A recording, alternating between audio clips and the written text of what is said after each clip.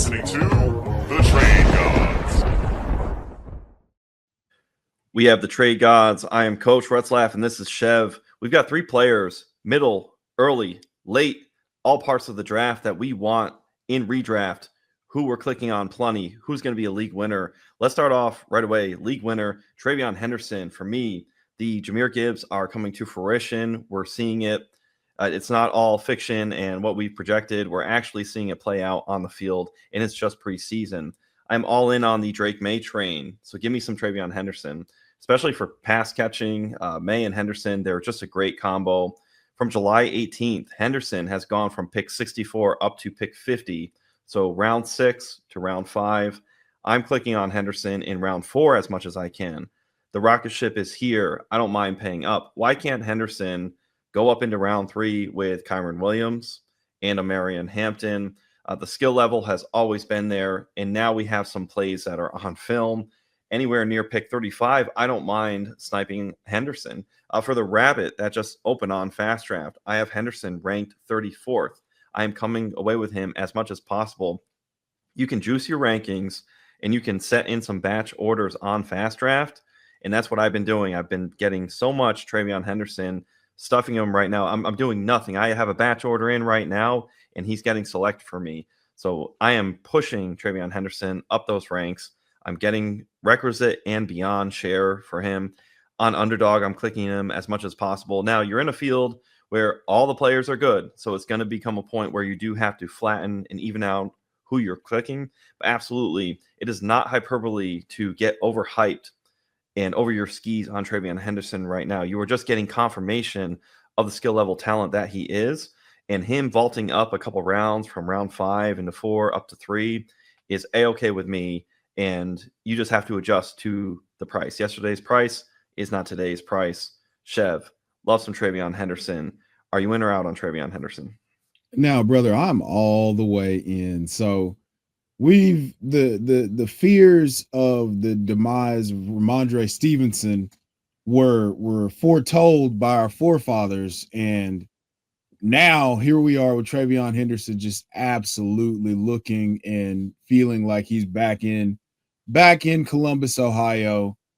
You hear the thoughts about, Josh McDaniels talking about him in the manner in which he did. Like, we've had backs that have his skill set, but none of them have the type of speed that he has. So I think that TreVeyon Henderson is going to be one of those pivotal clicks in any format this year. If you're in a startup and you want to get you a guy that's going to be, I think he has an Alvin Kamara-esque ceiling.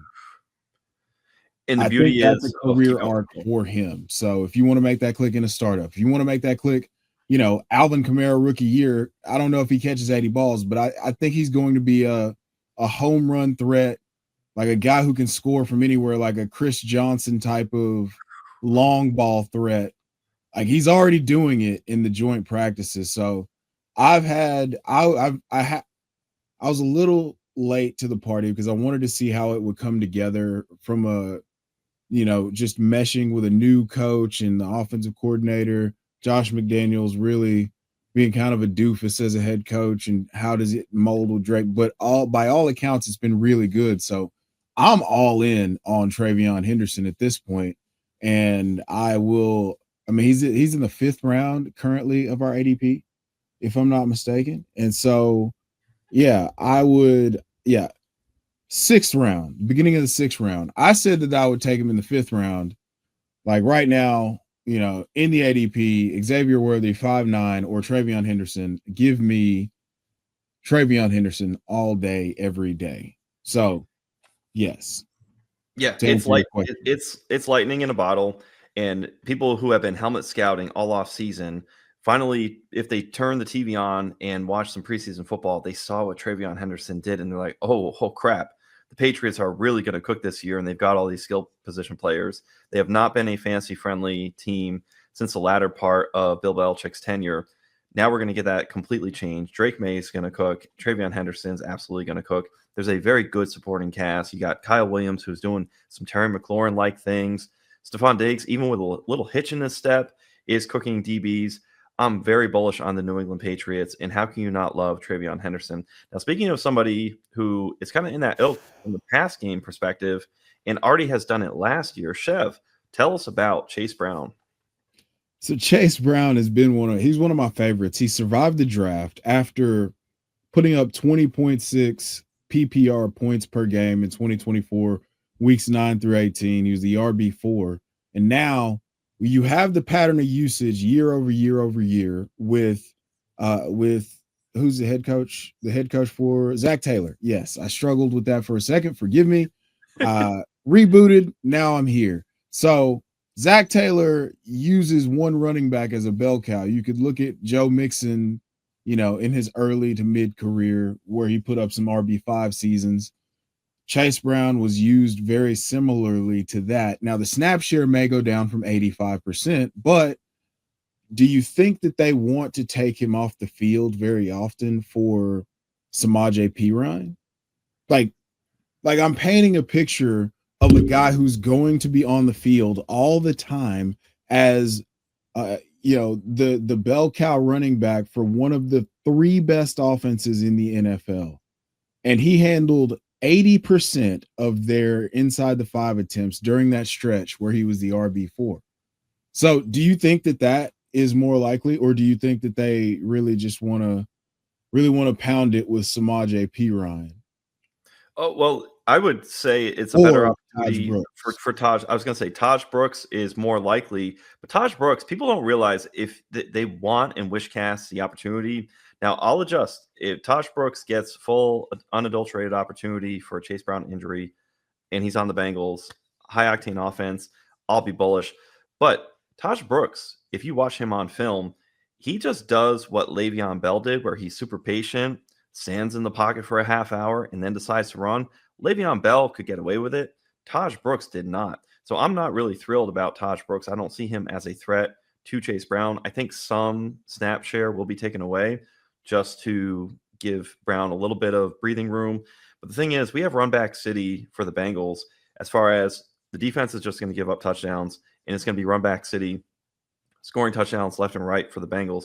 The Cowboys, we speak about them being run back city, but there's actually going to be a good running back, which Dallas doesn't have right now, in Chase Brown, to your point. Chase Brown was 5th in receptions last year, and he was 16th in carries. So the carries might be able to actually go up just a little bit towards more top 12, and we could be even getting a better result from Chase Brown. One thing that happened, it was neat. He got hurt in that game where T. Higgins went off against the Broncos. It was week 17, and you held your collective breath. And all off season, there were visits. It was Quinshon Judkins and TreVeyon Henderson. I don't know if it was like the Ohio State special, but the Bengals were having visits, and they were pretty hot, it seemed, to have a running back come in, and it was very threatening to Chase Brown. Now that's not out there, and you have the threat level of a Taj Brooks, kind of like Kyle Monangai to DeAndre Swift. Not a huge investment for the Bears or the Bengals at the running back position. So what does that tell you? They're going to get the most out of their top tier running back. And the Bengals, who are a cheap franchise, are absolutely, to our benefit, going to squeeze as much toothpaste out of the tube as they can for Chase Brown. So I'm absolutely with you, Chef. Did that answer your question? Yes. I'm just glad. I've been a Chase Brown proponent. I said on another show that we do together that he was going to be this year's Kyron Williams going into 2024, and now in 2025, it's like he's a very cheap workhorse, and for the type of opportunity that he has at hand, and like what the offense itself lends itself to. They're going to make a lot of trips to the red zone, and they run the ball in the red zone. I believe that they were like 4th or 5th in attempts inside the 5 last year. So with that being the case and Chase Brown being the guy, like why would you be out on that? Especially what's going to happen, it's going to be week 1. And if you have Chase Brown on your team, you're going to be so happy when you're watching those Bengals drives and you're like, oh, hey, he's on the field and I'm watching him get plenty of opportunity and they're marching down the field. Touchdown equity is still there. It's going to be fun. Whereas if you don't have Chase Brown, you're going to be sitting there thinking like, man, I'm really missing out on something. There's a lot going on around me. Right. And that's really the effect that it'll be. So get yourself some. You don't have to get all, but get some Chase Brown in your redraft leagues. Click that button and don't just fall in love with the easy button. Of course, it's Jamar Chase and T. Higgins. And like you said, Chev, a little bit cheaper than those both high octane price receivers, but you're getting this out of the backfield. So great selection there. And now let's hear from Podfather about the Rabbit. You asked, we delivered a full best ball tournament on Fast Draft, but we do it the Fast Draft way, and it's called the Rabbit, because of course it is. 20-second time clock, 15 rounds. These drafts, they take 20 minutes. That's it. So you get a lot of new people coming in and playing, get a lot of best ball bros playing, exploitable ADPs, no rake. It is the best EV in all of fantasy. You should just go to fastdraft.app, use code FAST. You get a $50 deposit match. These things are a blast, and it's the best use of your funds in all of fantasy.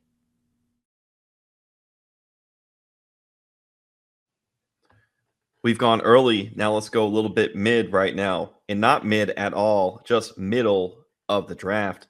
Jayden Higgins. We want to click him in redraft. Get hyped up, Chev. I know you've been high on Jayden Higgins. I was watching him some today. And in his preseason reps, he was getting open at will. Man-to-man coverage, he can match up physically. And in zone coverage, he can find pockets. It's beautiful. He did it in college, and he's starting to do it in the NFL. Jayden Higgins, round 8. Now that Emeka Egbuka, the train has left the station on him, right? He's gone from round 9 all the way to round 6. Goodness. Josh Downs, all surrounding him for Jayden Higgins, has this hamstring injury that's happened. His ADP, Josh Downs, was taking off too. All these people are leaving the station from that ADP area in round 8 of Jayden Higgins. And all in that range.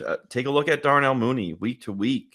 What's going on with him? And the ADP is not really falling in that range. It's remarkable. Brandon Ayuk. Like, why aren't these guys falling? Joe Mixon in that ADP range. He's hurt. Jeff Mueller, DPT from DD Fantasy Football. Great analysis. He says he's entirely out on Joe Mixon. Brian Robinson Jr., he's just a jack. He's just a guy, and he may just get traded. You've got Chris Godwin. What are we doing here? Like, it's just bizarre. May go on the pup to start the season. Khalil Shakir is banged up. Why not go with the rocket ship? It's like the only guy left is Jayden Higgins, and I'm taking crazy pills, but I am crazily clicking on Jayden Higgins.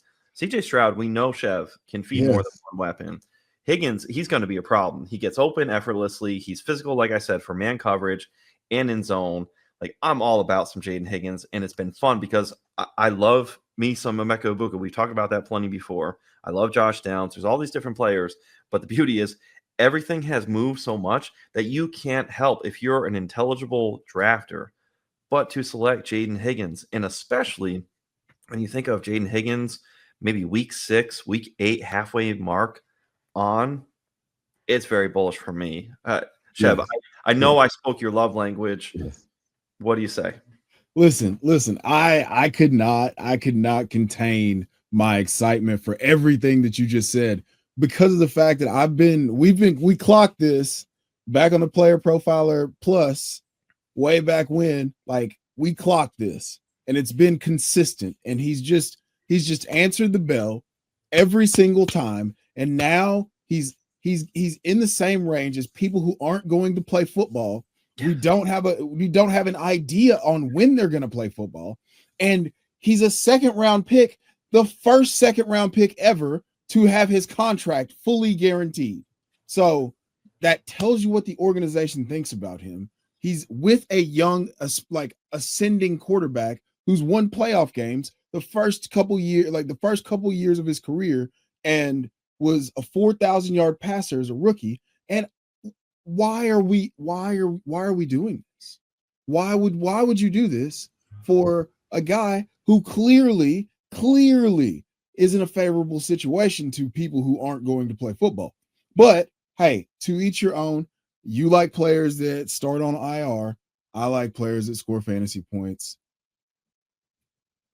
I don't know what else to say. Like, Jayden Higgins to the moon. Yeah, and one of the easiest things to do to make yourself better is to not click players who are injured. Don't start with a portfolio of players that's already less. You want people who can already lock in and play. So give me Jayden Higgins. It's wild. It's like the easy button. Hey, maybe it's just we're getting the gift of wisdom versus the field, and everybody else doesn't see exactly what we see. But hopefully anybody listening, let us know how you feel about Jayden Higgins, especially in that pocket of the draft. Chev, tell us about Jameson Williams. Listen here, okay? This is my guy. We've been down this road for quite some time. There's signal and there's noise in this game. And the noise out of Detroit, all throughout the offseason has been how much they really love what they've seen from Jameson Williams. And now we get into camp, and I don't know if you guys have seen what's been going on in these joint practices, but I said that Jameson Williams had a Tyreek Hill-esque ceiling in terms of how he could affect the game and just be a guy who wins you a week on one play. And that's what's been going on. But they're using him as a receiver with a full route tree. So we expand the target share just a bit from 90 to maybe, let's just say he gets 25 more targets. Yep. And those out of those 25 targets, that's 10 more explosive plays. Yes. He was the wide receiver 19 in 15 games, not wide receiver 19 in points per game, the wide receiver 19 in points scored and in 15 games this past year. And they're alluding to him being a full-time player. He was 38th in the NFL in routes run. So this is a guy with a top 12 ceiling. This is the same offense that was a top 5 offense. You have a $200 million quarterback, another $100 million wide receiver. You have the most explosive running back in the game. So everything lends itself to defenses not being able to stop what he can do best, which is run really fast. And you don't just get an answer for that. So I'm selecting Jameson Williams. I'm going around early. So he'll be a 4th round selection for me in almost any format. I love it. And as the offseason has worn on, I have been clicking progressively even more Jameson Williams. I'm still stuck on Jayden Higgins, but Jameson Williams in that tier. What I have a hard time doing is who am I clicking more, him or George Pickens? And they're all in that clump together. That's the only thing that's holding me back from more Jameson Williams. And my numbers are climbing. Receiver 10 and 4 overall, week 17 and 18 last year was Jameson Williams. And I think the other thing, just progressively, to have a season, another off season of being fully healthy, and we don't have any suspension nonsense, anything that's just getting in his way. It's just pure, unadulterated, no equivocations. Oh, no equivocations. Oh, yeah, no equivocations. Yeah, I was like, hey, there it is. You're just getting straight football from Jameson Williams, and it's just a beautiful sight to see. Getting 3 and 4 round arbitrage against Amon-Ra St. Brown, who Amon-Ra St. Brown may end up just fine at his ADP. But to your point, Chev, this is a rocket ship. And just because there's still a little bit of, because you haven't seen it yet, to how people are avoiding Jameson Williams in drafts. So like you say, you can be that person who takes advantage of that bias, because once that rocket ship has left the station, next year's price, we could be talking about Jameson Williams being a 2nd rounder pushing into round 1. So I love that. Now let's go way late and great here. Round 18 on underdog for me. Let's make sure we are clicking on Adonai Mitchell, AD Mitchell. Year 1, no wild breakout. We go back to the prospect profile because, hey, we don't really have much to go off of. So it's not like we can just rattle off, hey, we got 6 different metrics here, and AD Mitchell is going to cook. We have to tell a story. 4.34 40-yard dash, 97th percentile, so he's got that speed. 98th percentile speed score, 96% burst score, just 55 targets in 2024. 10th in ADOT, though, at 14.1. So it's a matter of who can get out of the way. Can Alec Pierce get out of the way? Can it be a matter of out-talenting, outplaying somebody like Alec Pierce, who is no slouch? I've been clicking plenty of Alec Pierce. but I really love where AD Mitchell can go. Mitchell and George Pickens, let's kind of put them together. I was just kind of piecing it together, seeing side by side. Little similarities, 32-inch arm length. Both were drafted exactly 52nd overall in their respective draft class. They're within 1 inch of height and about 5 pounds of weight. So body frame structure, very much the same. Mitchell is also, he's cooking guys in training camp. The diminishing factor is Mitchell is seemingly buried on the depth chart, and you have the poor quarterback play with Daniel Jones and Anthony Richardson. So the beauty is you're in round 18. The payoff is massive should AD Mitchell hit. Athleticism of this receiver class, go to playerprofiler.com, 5th overall. So we're talking about Neighbors, BTJ, Lab McConkey, and you got AD Mitchell athleticism-wise was 5th. So that's kind of telling me that opportunity has to be there. And part of that is going to have to be AD Mitchell earning it. Don't get me wrong. It's got to happen before it does happen, right? Yeah. Scott Barrett tweeted out June 3rd, the percentage of open air yards that were uncatchable. And you'll love this, Chev, because you and I talked about this, I don't know, maybe a month ago. AD Mitchell, 52% of those air yards were uncatchable. Number 2, who was number 2 on that list? Who do you think? Calvin Ridley. He's close. He's one of your guys. Oh, who? Rome Odunze.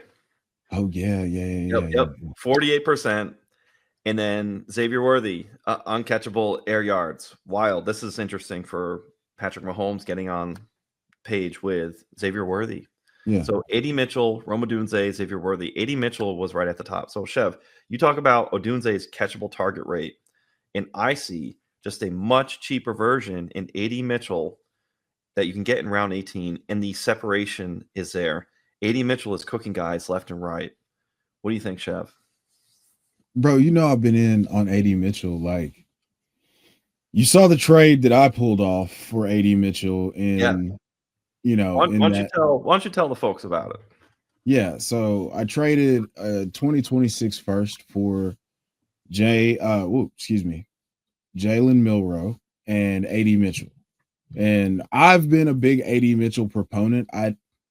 I believe in the way that he's being coached by Reggie Wayne. I wholeheartedly believe in that. I believed in the athletic profile. I believed in his abilities as a wide receiver and a contested catch ball winner. That didn't go his way in 2024 at all. He couldn't get on the same page with neither Joe Flacco. He did have his best game with Joe Flacco, though. So, but now in camp, Anthony Richardson and AD Mitchell are starting to show a very strong rapport, with Anthony Richardson looking to have taken a step forward, much to your chagrin about Daniel Jones. But time will tell, right? Yeah. Various reasons. Very various. Very various reasons. So yep.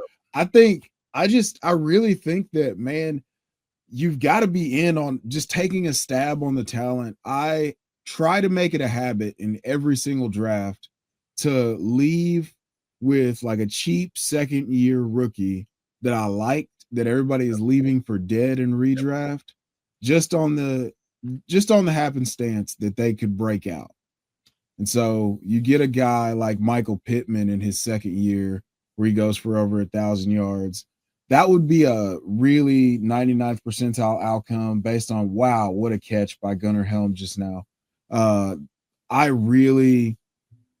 think that this is a guy who we could look back on and say, like, oh, okay, the Colts have their answer, their alpha at the wide receiver position moving forward, with Michael Pittman being easy to move on from, I believe, after this year, and Josh Downs being able to be in a secondary role, but AD Mitchell takes a step forward as that type of receiver because he has that level of talent if you aren't familiar with his abilities as a collegiate player. So AD Mitchell to the moon, 18th round. Take a stab on a really athletic second-year wide receiver with your last pick.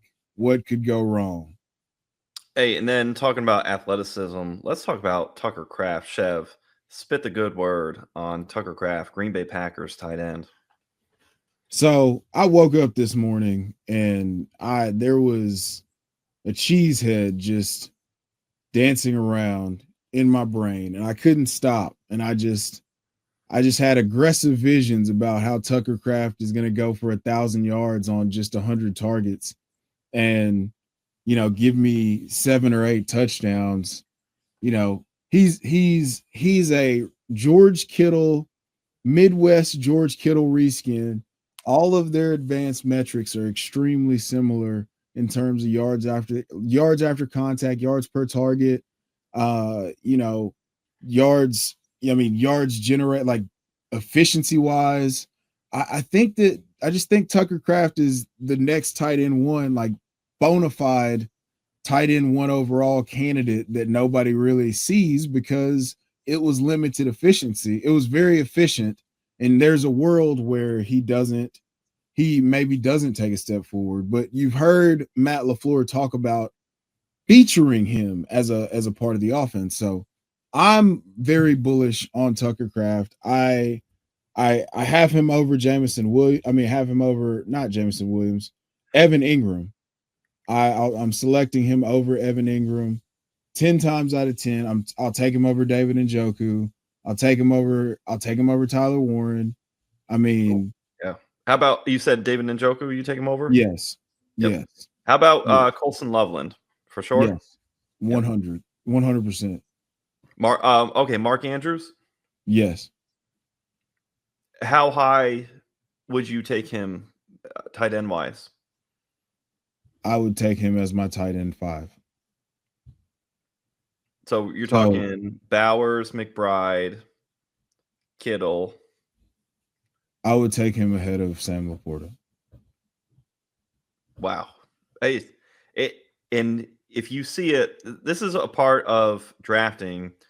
When you draft like you're right, the players are priced how they are, and we select based on those prices, right? You don't have to, Chev, select, and those at home, you don't have to select Tucker Kraft where Sam Laporta is. But if you believe Tucker Kraft is going to get where Sam Laporta is, you click over in that range in ADP and maybe even 1 round higher, kind of like to what you were saying about Jameson Williams. And like for me, with Drake May, I see him getting into that Joe Burrow, Jalen Hurts tier next year. But guess who doesn't have to pay? You, me here talking, and everybody who's listening, they can get Drake May in the early double-digit rounds in single quarterback, and the 3rd round, far away from Jalen Hurts and Joe Burrow today. But if we draft and understand where a player is going to go, you can just draft accordingly as far as your exposure. So I'm right there with you, Chev. I like your take on Tucker Kraft. You're clicking him at that price, and he's one of those players that you see being all the way over here on the pendulum come 2026. I think it's very important, as we're talking about all 3 of these players on each side, you and me respectively, early, middle, late, we see all their prices going up into 2026 the way that we are clicking them in 2025. So if you think of where they're going to be ADP wise, if a lot of your players that you're drafting each year are in those first 5 rounds because they've moved up, you had a very successful fantasy football season the prior year. So what we're forecasting here with these 3 players each. Yes, absolutely. That's my point in saying that wasn't to say I'm going to select Tucker Kraft, 5 rounds earlier than I should, but I can go the difference between Sam Laporta and, Tucker Kraft is 4 rounds.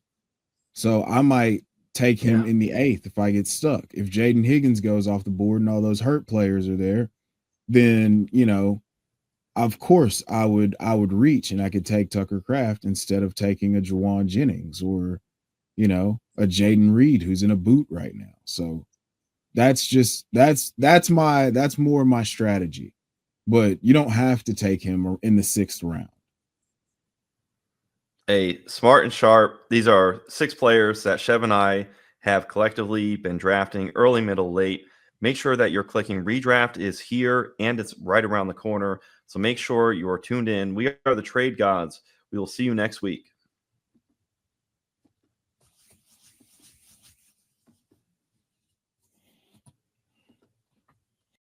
From the Podfather to you, I deeply appreciate you tuning in. And many ask, what can I do? What can I do to help support the hosts, the research they do, the production costs? Go to PlayerProfiler.com, Dynasty Deluxe, World Famous Draft Kit, Rankings, DFS Dominator, and of course, Data Analysis. Subscribe to any one of those, and you support all of us and take Player Profiler to the moon.